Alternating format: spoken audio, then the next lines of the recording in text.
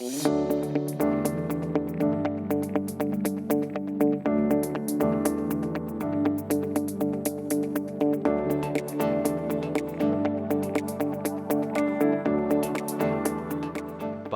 thank you so much for joining me in the studio. Good to see you. Tell me a little bit about what you're doing at Neuraptive Therapeutics. Sure. So Neuraptive, we're developing a very novel drug-device combination product. At least our lead program, which we call NTX001, is being developed for peripheral nerve injury and peripheral nerve repair.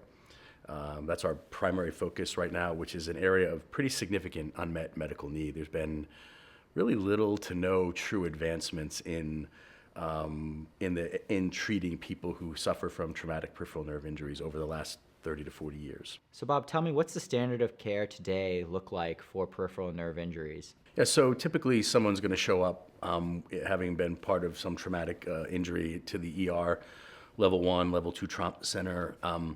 The primary goal of the care team, first thing they're going to do is obviously stabilize the other aspects of the injury. If there's bleeding, if there's broken bones, all of that is prioritized.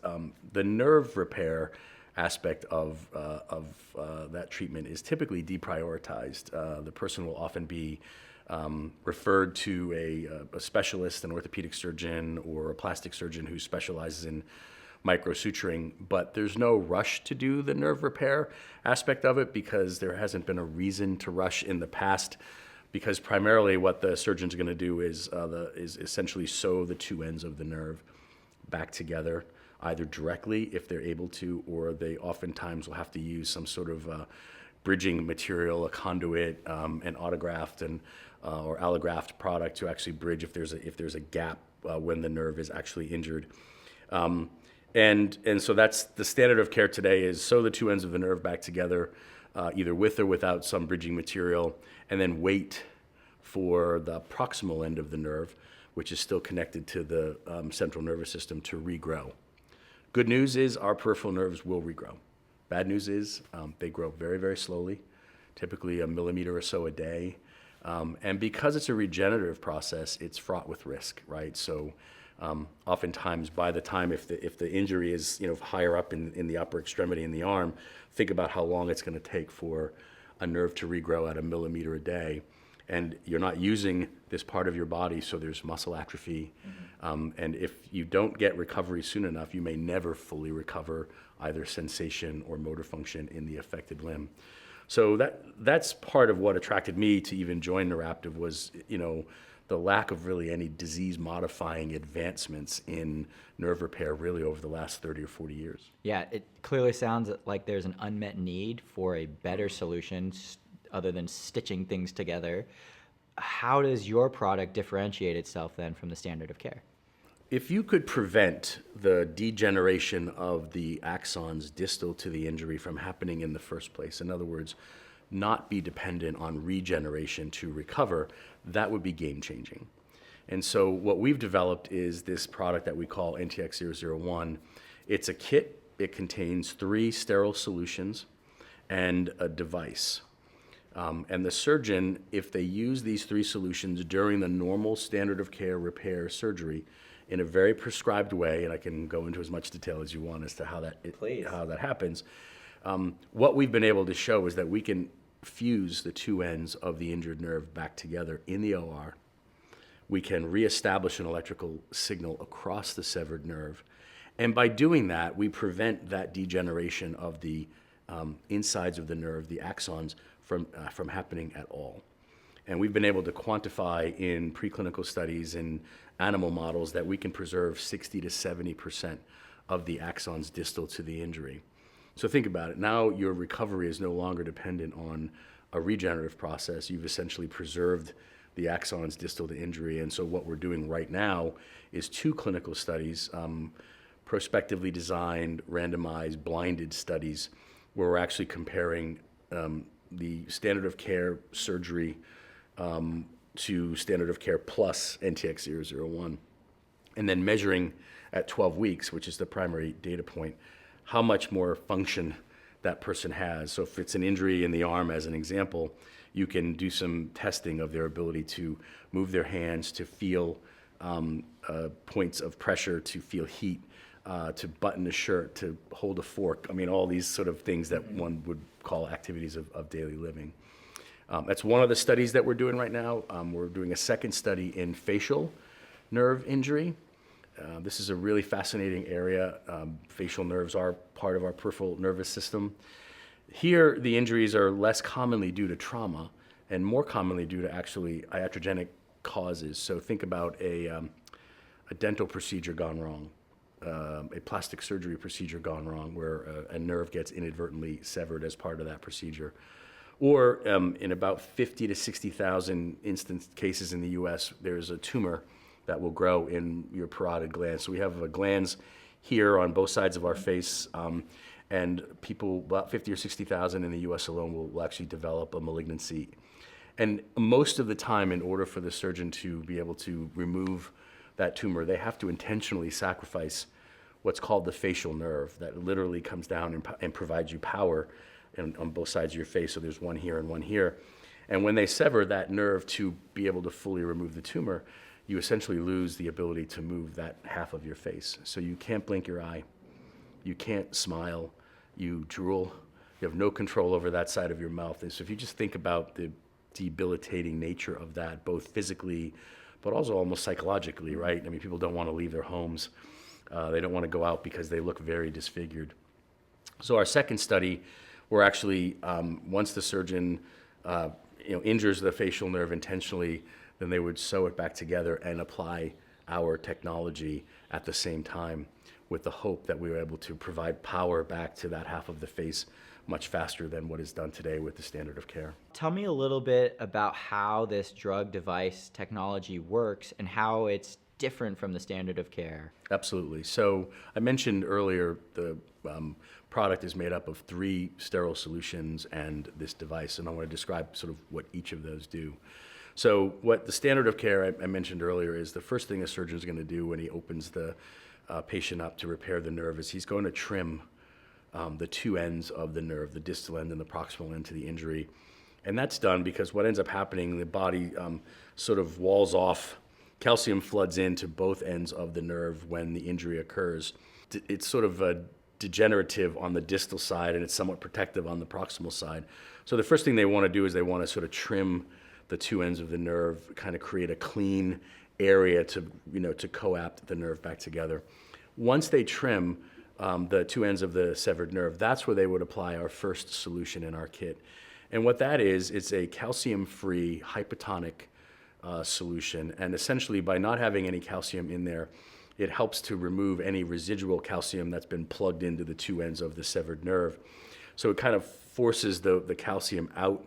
It also serves to kind of remove any blood from the field, as you want less blood in the area to be able to perform the microsuturing. So that's step 1, and that's what the first solution is.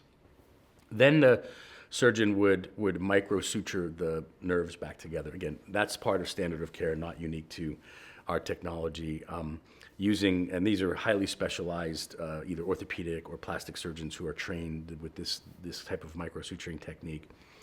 At that point, they would take the device out of our kit. And this is a medical grade silicone fluid containment device, and it's been specifically designed to be able to be inserted around the recently coapted nerve. It kind of collapses down, and if you will, it creates a bath right in and around the area that's been recently coapted back together. And that's when the surgeon would place the second solution, which goes into that little bath that's now surrounding the recently sutured nerve. And that second solution is polyethylene glycol. You said PEG or PEG. Pretty well-known product, known to be a fusing agent. And the way it fuses is it actually dehydrates the membranes of the axons on both sides, so much so that it creates instability. The best analogy I can give you, it's not a perfect one, is think about a welder who's going to weld 2 pipes together. What do they use to destabilize? They use heat, right? So they melt, and then they weld, and then once it cools, it's connected back. Well, polyethylene glycol uses dehydration to create the same destabilization on both ends. And so when you dehydrate, the 2 ends of the axons are able to actually fuse back together. When you withdraw that polyethylene glycol, it's like taking the heat away if you were welding. now you've fused the nerves back together. So that polyethylene glycol is applied. It stays in the container for 90 to 120 seconds. Very specific time frame. What we've learned through a lot of experimentation is less time doesn't allow for full fusion, and more time doesn't really add any benefit. So 90 to 120 seconds later, the surgeon will go in with a blunt tip syringe, withdraw that solution out of the containment device, take the device out, so the device does not stay in the body, it's just in there for a couple of minutes. And then they would apply the third solution, which is essentially lactated ringers, which really just provides osmotic balance back again, kind of recreate osmotic balance, get calcium back into the body in that field. And then they would just sew the patient back up. And so very specific, each solution has a job, each solution has a purpose of what it's doing. But the most important is that second solution because that's where the fusing occurs. Without the first solution, you wouldn't get that solution, that fusing either because of the calcium. So it's each piece of this kit is really, really important. But what we've been able to show essentially is that by doing that, we've now fused the axon. And right in the operating room, right in the OR, we can actually show that we can get an electrical signal across that severed nerve. And it would, with the standard of care, you would not be able to get that electric signal. And it's the ability to reestablish that signaling that keeps those axons distal to the injury alive, and they don't degenerate. So you're in human. How far away now are you then from taking this product and getting approval from the FDA? So the trauma study that I mentioned earlier, we've enrolled 42 subjects on our way to 60. We expect the top-line data readout from that study in Q4 of this year, perhaps Q1 of next year, just depending on our enrollment rate. The facial nerve study is about 6 months behind that, so mid-2024. We believe that we could file an NDA on the strength of those two studies, meaning that we could have approval in the latter half of 2025 and be potentially on the market and generating revenue as early as late 25, early 2026. How many, incident cases of trauma to the peripheral nerves are occurring each year in the United States? So there are about 700,000 emergency room trauma center visits in the U.S. on an annual basis that involve nerve injury and require nerve repair. Now, not all of those are transected nerves, so some of those could be crushed nerves that haven't been severed but have been crushed. Our technology, at least as it's designed today, won't help in those instances. But we believe about 500,000 of those cases are relevant to either a direct repair, meaning direct end-to-end repair, or an autograft repair where they're going to harvest a segment of nerve from another part of the body to bridge any gaps, and then they would just fuse on both ends of that. So it's a pretty substantial market where, again, the standard of care really leaves people with lengthy recovery times and most often incomplete, where they just don't fully regain sensation, regain motor function, depending on the affected limb that nerve is feeding. Do a little math for me. What does that translate to in terms of market size with your product? Yeah, so the basic math, and again, we're in the process of building our own internal forecasts as we speak. We've just embarked on a pricing and reimbursement study with a third party to really evaluate, what kind of pricing could be supported in the marketplace based on standard of care and things that are done today. So, that's in progress for us, but I would just point to an independent report that was done by a group called Delve Insight. They put this out in 2020, where they estimated the market to be a $4 billion market for all nerve repair by 2030. And then they layered in new products that were coming to the market, and one of those was NTX-001, which they thought, a 20% market share would be feasible. So you can do that math. That's an $800 million a year revenue product. Obviously, a lot of things would have to go right for us to achieve that level of revenue, but I don't think it's out of the question either. Again, primarily because there's nothing else on the market today and nothing else that we're aware of in development that has the ability to prevent that degenerative process from occurring in the first place. And that's what's really game-changing about what we're doing at Neuraptive. to get these clinical trials done, to bring a product to market, we all know it requires capital. So are you guys currently raising today? We are. We raising a $30 million Series B financing. We closed on about $12 million of that in the fourth quarter of 2022, and that round is still open as we speak. So we're out actively seeking to top that round all the way up to $30 million as we speak right now, and that would get us through the data readout of both of these ongoing studies. That would also allow us to do some work with some other products and projects that we have that aren't as far along as NTX-001, but things that we're really interested in, near adjacencies that would be complementary to the work that we're doing with NTX-001. You've just teased new applications for this technology platform. The nomenclature of NTX-001 implies to me that there is a 002, a 003. Could you talk a little bit more about what you're also potentially looking at diving into? Sure. Before I dive into the other products, I'll just say that we believe there's other applications for NTX-001, so it's a bit of a platform within a product in and of itself, and I'll give you a few examples. So we talked about upper extremity trauma, we talked about facial nerve repair. There are other applications here as well, and one that we're very interested in is in the area of breast resensitization. So think of for women who go through a mastectomy, reconstructive surgery, they often lose sensation in their breast, which is both a safety issue as well as a quality of life issue for them as well. And so if there was a way that we could repower using NTX-001 and provide sensation, obviously there would be real benefits there.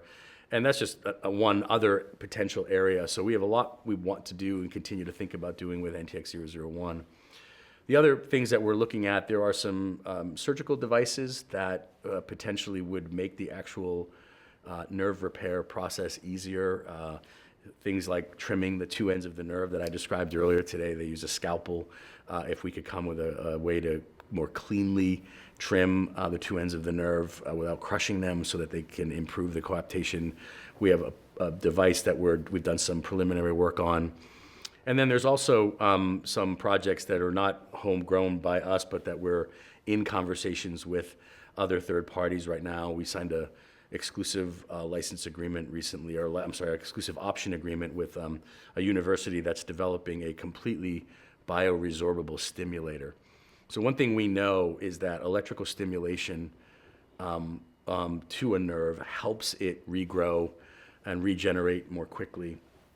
And it's just not practical. So think about a person laying there having their nerve repaired, and then the surgeon has to stimulate the nerve for 45 minutes in the OR. It's just tough to do, right? It adds a lot of time. The patient's open, so there's all kinds of sort of infection cautions there. But what if you could actually provide stimulation to the nerve once the injury is closed? And so we've got our eye on this fully bioresorbable stimulator that would potentially be implanted after the repair surgery, during the repair surgery, I should say, on the proximal end of the nerve, and then one could stimulate it subcutaneously with a device that you could envision programming your phone. Okay, stimulate my nerve for 45 minutes every day from this time to this time as a way to further speed recovery up as well. And then what's exciting about this is that it's fully bioresorbable. So it would just, in 2 to 3 months, just completely absorb into the body. And it's made up of minerals and things that are you're getting no more exposure than you would by taking a daily multivitamin.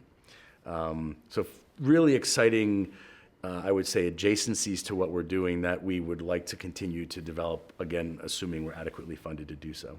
Maybe shifting gears a little bit, what brings you to LSI this year? So, I went to the conference that they had outside of London in September. It was my first time being at one of these LSI conferences, and I really enjoyed. It's a good mix of fellow entrepreneurs, founders, CEOs, seeking to make people more aware of their technology. So you get to sort of rub elbows with people who are in the same boat that you are, and it just is helpful to network in that regard. There are a lot of venture capital groups present at the meeting as well, and so we've had a pretty full docket of one-on-ones that we've been able to take that time to introduce Neuraptive, talk about our fundraising efforts, and hopefully plant the seeds to help us round out our Series B. And then I guess the third reason is there's a lot of larger strategic kind of companies that are here that are all interested in what we're doing, or if they're not, we're trying to get them interested in what we're doing. So we've had a number of meetings, with some of the larger medtech device companies out there that are hunting for things to, add to their portfolio that might be, again, complementary to what they're doing. So for all of those reasons, this is a good conference for us to be at. Bob, I look forward to seeing what those seeds planted at our London meeting and this meeting will bloom into. Thank you so much for joining me in the studio. It's been a pleasure. Thank you so much. Yep.